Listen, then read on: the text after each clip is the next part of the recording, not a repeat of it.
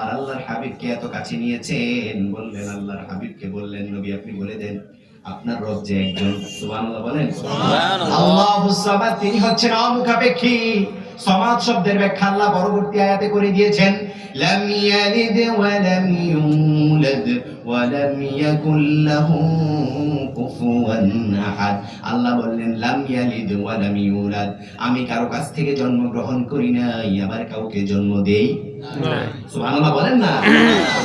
নিজের পরিচয় কিভাবে রব দিয়েছেন? আবার রব বলছেন হু আল্লাহ হুল্লাযী লা ইলাহা ইল্লা হু আলিমুল গায়বি ওয়াশ শাহাদা হুয়ার রহমানুর রহিম। আল্লাহু আকবার। বললেন আমি রব। কেমন রব জানো নাকি? লা ইলাহা ইল্লাহু, যেখানে নিজের পরিচয় দিয়েছে সেখানে একত্ববাদের ঘোষণা দিয়েছে কে? আল্লাহ।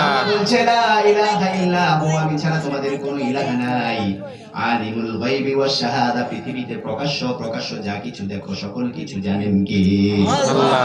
আল্লাহ বলল গায়েবের মালিক আমি একমাত্র আল্লাহ। লা ইয়ালামুল গায়বা ইল্লাল্লাহ, গায়েব একমাত্র আল্লাহ ছাড়া কেউ জানেন নাকি? না। আপনার পীর বাবা তো জানে। জানে জানে জানে মাজারে যে ব্যক্তি শুয়ে আছে সেই ব্যক্তি জানে নাকি? আপনার পীর সাহেব জানে নাকি? না। মুর্শিদ জানে নাকি? কোন নবী জানেন নাকি? আল্লাহ বললেন আলিমুল গায়বি ওয়াশ শাহাদা, এই যে প্রকাশ্য অপ্রকাশ্যের যত জ্ঞান জানো, যত কিছু দেখো সকল কিছু জানেন কে? আল্লাহ। রাতের আধারে গুনাহ করে ফেলেছো, কেউ দেখেন নাই। অন্ধকারের মধ্যে কারো উপর জুলুম করেছো, কারো জমি মেরে দিয়েছো, আবার ফাঁসির রায় দিয়ে দিয়েছো, জানেন কে? আল্লাহ। আল্লাহ বলছে শোনো শোনো, আবার প্রকাশ্যে যত ন্যায় অন্যায় আছে সকল কিছু জানেন কে? আল্লাহ। আলিমুল গায়বি ওয়াশ শাহাদাতি হুয়ার রহমানুর রহিম। নিজের পরিচয় দিতে গিয়ে বললেন আমি হচ্ছি দয়ালু এবং অত্যন্ত দয়ালু। সুবহানাল্লাহ। তিনি কি? দয়ালু। তিনি কি? দয়ালু। ইহুদিদের প্রথম প্রশ্নের জবাব আল্লাহ দিয়ে দিয়েছেন। সুবহানাল্লাহ বলেন। সুবহানাল্লাহ। দিয়েছেন না? ইস্তিফলানা রাব্বাক, আল্লাহ ফানজালাল্লাহু সূরাতুল ইখলাস, ইখলাস নাযিল করে দিয়েছেন। সুবহানাল্লাহ বলেন। সুবহানাল্লাহ। আরেকটা বলবো, আরেকটা কারণ বলবো, এই সূরা নাযিলের আরেকটা কারণ বলবো। উবাই ইবনে কাব, নাম কি? উবাই ইবনে প্রখ্যাত জলিলুল কদর সাহাবী, যে সাহাবীকে বলা হতো কারি ওয়াল কুররা। সুবহানাল্লাহ পড়েন। সুবহানাল্লাহ। তার গলার মধ্যে আল্লাহ তার সুর কণ্ঠকে মধু ঢেলে দিয়েছেন। সুবহানাল্লাহ বলেন। তিলাওয়াত করলে শুধু ভালোই লাগতো। সুবহানাল্লাহ বলেন। যখন সূরাতুল বাইয়িনা নাযিল হলো, আল্লাহ তিনার নাম ধরে আল্লাহর হাবিবকে বললেন যে আপনি উবাইকে বলেন যেন আপনাকে সূরা বাইয়িনা পড়ে শোনায়। সুবহানাল্লাহ বলেন না? সুবহানাল্লাহ। উবাই বলছে আল্লাহর হাবিবের পাশে বসে আছি, কিছু মানুষ আসলো, এসে বলছে আল্লাহর বংশ পরিচয়টা দেন। নাউজুবিল্লাহ বলেন। নাউজুবিল্লাহ। কার বংশ পরিচয়? আল্লাহর কোনো বংশ পরিচয় আছে নাকি? কিন্তু আমার আপনার বংশ পরিচয় আছে না নাই? আছে। আছে না নাই? আছে। আমাদের বংশ পরিচয় আছে। প্রথম সন্তান, তারপর বাবা, তারপর হচ্ছে দাদা, তারপর দাদার বাবা। বংশ পরিচয় আছে না? আছে। কিন্তু আল্লাহর কোনো বংশ পরিচয় নাই। ফানসালাল্লাহু সূরাতুল ইখলাস, অতঃপর আল্লাহ সূরা ইখলাস নাযিল করে দিলেন। সুবহানাল্লাহ। সুবহানাল্লাহ। আল্লাহ সূরা ইখলাস নাযিল করে দিলেন। চলুন সূরা ইখলাসের ছোট্ট একটা অল্প একটু শেষ করে দিব না, একটা ফজিলত জেনে শেষ করে দিই ইনশাআল্লাহ, নাকি? ফজিলত জানা যাবে। মান ক্বারা সূরাতুল ইখলাস 10 মাররা বানাল্লাহু কসরান ফিল জান্নাহ। আল্লাহু আকবার। আল্লাহু আকবার। আল্লাহর হাবিব বলছে কেউ যদি ফরজ সালাতের পর 10 বার সূরাতুল ইখলাস তিলাওয়াত করে, কয়বার? 10 বার সূরাতুল ইখলাস তিলাওয়াত করে, বানাল্লাহু কসরান ফিল জান্নাহ, আল্লাহ ওই ব্যক্তির জন্য জান্নাতে একটি প্রাসাদ বানিয়ে দিবে। আবার বললেন মান ক্বারা সূরাতুল ইখলাস 20 মাররা বানাল্লাহু কসরাইনি ফিল জান্নাহ, কেউ যদি 20 বার তিলাওয়াত করে ওই ব্যক্তির জন্য আল্লাহর জান্নাতে 2টি প্রাসাদ বানিয়ে দেওয়া হবে। এরপর বিশ্বনবী বলেন কেউ যদি 30 বার তিলাওয়াত করে সূরাতুল ইখলাস, আল্লাহ ওই ব্যক্তির জন্য জান্নাতে 3টা মহল নির্মাণ করে দিবে। কয়বার? 30 বার। কখন করতে হবে? সালাতের পর। অনেকে বলতে পারেন আমি তো সালাতই আদায় করি না,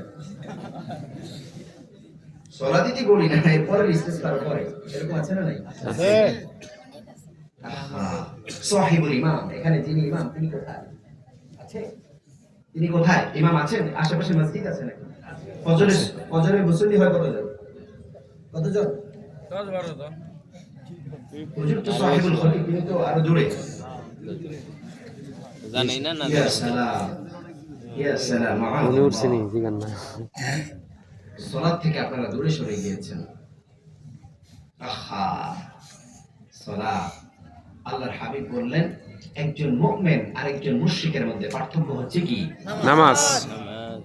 তা আপনাকে কামল করবো কিভাবে? আপনার মৃত্যু হয়ে যাওয়ার সাথে সাথে তো মাইকে আজান হয়, অমুক ব্যক্তি মারা গেছে, জানাজার জন্য সবাই ব্যবস্থা করেন, বলে কি বলে না? বলে এখন তো এগুলো চেঞ্জ করা উচিত। আমাদের উচিত যে যারা মসজিদে আসে না তাদের জানাজাটা দরকার নেই, অন্য অন্য অন্য জায়গায় পাঠিয়ে দিবেন। গণ্যমান্য ব্যক্তিরা বেনামাজির জানাজা দেওয়ার কোনো প্রয়োজন নাই। সাধারণ মানুষ, সাধারণ মুসল্লিরা তারা জানাজা দিয়ে দাফন কাফন করে দিবে। এভাবে সমাজ ঠিক হবে, ঠিক কিনা? ঠিক। আল্লাহর হাবিব সাল্লাল্লাহু আলাইহি ওয়াসাল্লাম ফরজ সালাত আদায় করতেন, এরপর কিছু আজকার করতেন। আজকার করা যাবে? যাবে। ফরজ সালাত আদায় করা যাবে? 5 ওয়াক্ত সালাত আদায় করতে তো কম পক্ষে 5 ঘন্টা মনে হয় লাগে নাকি? কি বলেন, কয় ঘন্টা লাগে? যদি এক ওয়াক্ত শুধু ফরজ, শুধু কি ফরজ, কোয়ালিটি ফুল ফরজ, শুধু রুকু সিজদা দিলাম মুরগির মতো, মুরগি যেভাবে খাবার খায় সেভাবে নয়, ধীরে সুস্থে। কিভাবে? খুশু খুশু। আল্লাহ বললেন ক্বাদ আফলাহাল মুমিনুন, শোনো শোনো, আমার মুমিনেরা সফলতা অর্জন করে ফেলেছে। সুবহানাল্লাহ বলেন। কোন মুমিনেরা?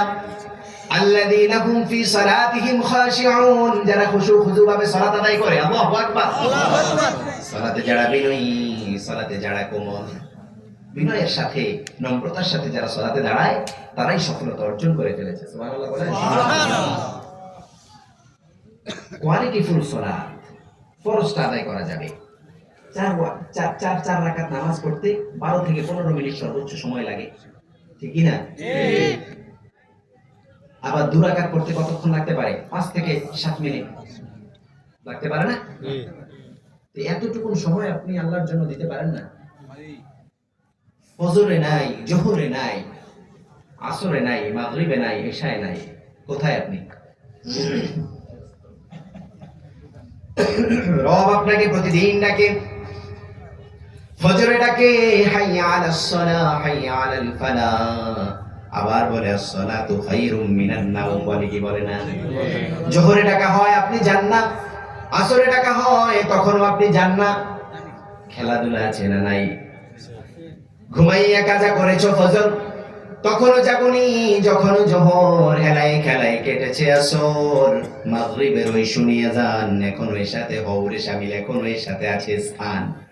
বাজেছে দামা বাবা ধরে আমামা, শির উঁচু করি মুসলমান, দাওয়াত এসেছে নয় জামানার, ভাঙা কেল্লায় উড়ে নিশান। আল্লাহু আকবার। মুসলমান কোন সাধারণ জাতি নয়, মুসলমান হচ্ছে বীরের জাতি, ঠিক না? যদি আমরা সালাত আদায় না করি তাহলে বিড়ালের জাতি করে দিবেন কে? সালাত পড়া যাবে?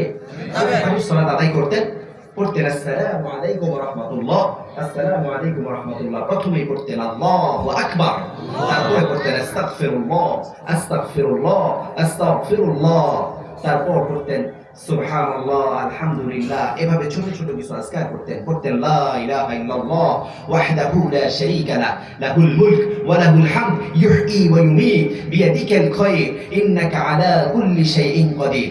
আবার বিশ্বনবী পড়তেন আল্লাহুম্মা লা মানিআ লিমা আ'তাইত ওয়া লা মুতিআ লিমা মানা'ত ওয়া লা ইয়ানফা'ু জাল জাদ্দি মিনকাল জাদ। আবার বিশ্বনবী পড়তেন আল্লাহুম্মা জাআলনি সাবুরা ওয়া জাআলনি শাকুরা ওয়া জাআলনি ফি আইনি সাগীরা ওয়া ফি আ'য়ুনিন নাসি কাবীরা। পড়ুন আমিন। পড়া যাবে? পড়া যাবে। সালাত আদায় করে একটু বসবেন, আজকার করবেন, পিছন থেকে দৌড়ে চলে যাবেন না। বুঝতে পেরেছেন আমার কথা? যদি এইভাবে আজকার করা যায় তাহলে জীবনের রহমত আর বরকত দিয়ে আপনার জীবনটা উজালা করে দিবেন কে? আল্লাহ। আলহামদুলিল্লাহ পড়েন। আলহামদুলিল্লাহ। আরেকটা ছোট্ট ফজিলত বলবো। আল্লাহর হাবিব সাল্লাল্লাহু আলাইহি ওয়াসাল্লাম সাহাবায়ে কেরামদেরকে নিয়ে তালিম দিচ্ছিলেন। হঠাৎই তিনি বললেন, তোমাদের মধ্যে কি কেউ আছে কোরআন আল কারীমের 1/3 10 পারা কেউ এই মুহূর্তে পড়ে আমাকে শোনাবে, পড়বে, এর সওয়াব অর্জন করবে? সাহাবায়ে কেরাম আজমাইন বলেন, ইয়া রাসূলুল্লাহ, ইয়া হাবিবাল্লাহ, এটা কিভাবে সম্ভব? এটা কিভাবে সম্ভব? আল্লাহর হাবিব বললেন, তাহলে কেউ কি 20 পারা তিলাওয়াত করবে? সাহাবায়ে কেরাম বলেন, ইয়া রাসূলুল্লাহ, এটা তো আরো আগে সম্ভব নয়। এবার বিশ্বনবী বললেন, কেউ কি আছো নাকি পুরো কোরআন তিলাওয়াত করবে, পুরো কোরআনের সওয়াব অর্জন করবে? সাহাবায়ে কেরাম বললেন, ইয়া রাসূলুল্লাহ, এটা তো আরো আগে সম্ভব নয়। এবার বিশ্বনবী বললেন, সূরাতুল ইখলাস কেউ যদি একবার তিলাওয়াত করে, আল্লাহ ওই ব্যক্তির আমলনামায় কোরআনের 1/3 সওয়াব দিয়ে দিবে। কেউ যদি 2 বার তিলাওয়াত করে, ওই ব্যক্তিকে আল্লাহ রাব্বুল আলামিন 20 বার তিলাওয়াতের সওয়াব দিয়ে দিবেন। কেউ যদি 3 বার তিলাওয়াত করে, ওই ব্যক্তির জন্য আল্লাহ রাব্বুল আলামিন পুরো কোরআন তিলাওয়াতের সওয়াব দিয়ে দিবে। আল্লাহু আকবার। আমরা জান্নাত চাই, জান্নাত চাই। কারা কারা চাই? এটা দুহাত তুলি তো। কারা কারা চাই? এবার একটু হাত তুলি। আল্লাহ কবুল করুন, পড়ি আমিন। আল্লাহ আমাদেরকে জান্নাতি হিসাবে কবুল করুন, পড়ি আমিন। জান্নাত সবাই চায়। কোন একজন হিন্দুকে যদি বলেন, আপনার বাবা কোথায় আছে, মৃত বাবা কোথায় আছে, বলবে আমার বাবা স্বর্গে আছে, বলে কি বলে না? আবার যদি কোনো একজন খ্রিস্টানকে বলেন, তোমার বাবা কোথায় আছে, বলবে my father is staying in paradise. কোথায় আছে? প্যারাডাইস আছে, জান্নাতে আছে, বলে না? বলে। যে কাউকে আপনি জিজ্ঞাসা করবেন যে আমার বাবা জান্নাতে আছে, কোন মুসলমানকে যদি জিজ্ঞাসা করেন, সেও কি বলবে? আমি আশা করি আমার বাবা কোথায় আছে। কিন্তু জান্নাত জাহান্নামের মালিক কে? কে জান্নাতি হবেন, কে জাহান্নামী হবেন, সেটা জানেন কে?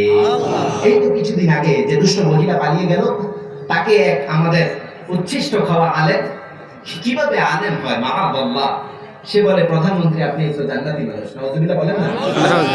সামান্য কিছু কাটাফোটা খেয়ে এই মহিলাকে কি বলে, জান্নাতি মানুষ, এখন দিল্লি গিয়ে বসে আছে।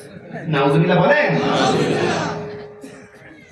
মদিনায় এক বিলাস যাচ্ছে, এক মহিলা সাহাবী বলছে, আহারে কি খুশনসিব ব্যক্তি, জান্নাতি হয়ে গেল। আল্লাহর হাবিব বলেন, কাইফা আলিমতা হুয়া ফিল জান্নাহ, তুমি কিভাবে জেনেছো এই ব্যক্তি জান্নাতি হয়ে গেছে? সাহাবা কেঁদে ফেললেন, ইয়া রাসূলুল্লাহ, আমি কি বলবো? এবার আল্লাহর হাবিব বললেন, তুমি বলবে আল্লাহ যেন তাকে জান্নাত দিয়ে দেয়। বলুন আমিন। আমরা দোয়া করি আল্লাহ যেন আমাদেরকে জান্নাতি হিসাবে কবুল করেন। এখানে জিনাকে কেন্দ্র করে এই আয়োজন, একটা কোনো সমস্যা কি? কি হয়েছে? কিছু বাদ হয়েছে, কিছু বলবো করে।